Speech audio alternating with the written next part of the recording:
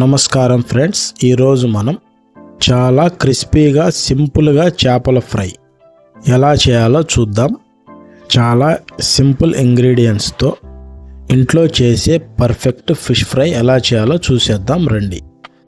Welcome back to my channel living bro official. మే వంతెంతి నేస్తాం. ఇంకా వీడియో స్టార్ట్ చేద్దాం.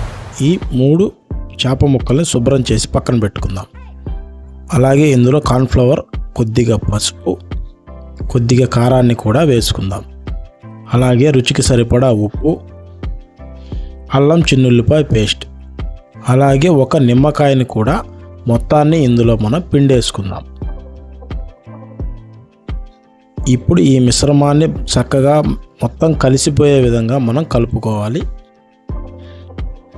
ఇప్పుడు ఈ కలిపి పెట్టుకున్న మసాలాలోకి మనం శుభ్రం చేసి పెట్టుకున్న చేప ముక్కలకి ఈ మసాలా అంతటిని బాగా పట్టించాలి. ఈ ముక్కలకి మొత్తం మసాలా మనం పట్టించిన తర్వాత కనీసం 1 గంట సేపు అయినా మనం వీటిని పక్కన పెట్టుకోవాలి. గంట అయిపోయిందండి. ఇప్పుడు స్టవ్ వెలిగించుకొని ఒక కడాయి పెట్టుకొని డీప్ ఫ్రైకి సరిపడా ఆయిల్ని మనం పోసుకుందాం.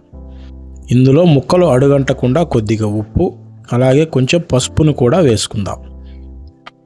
ఇప్పుడు ఇందులో మనం ఇందాక మ్యారినేట్ చేసి పెట్టుకున్న చేప ముక్కల్ని కూడా వేసేసుకుందాం.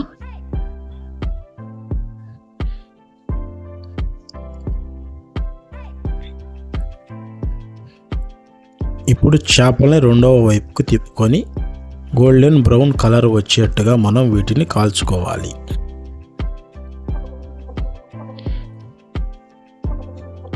మనం ఉప్పు, పసుపు వేసుకుంటే ముక్కలు మనకి అడుగంటకుండా మనం తిప్పుకోవటానికి చక్కగా వస్తాయి.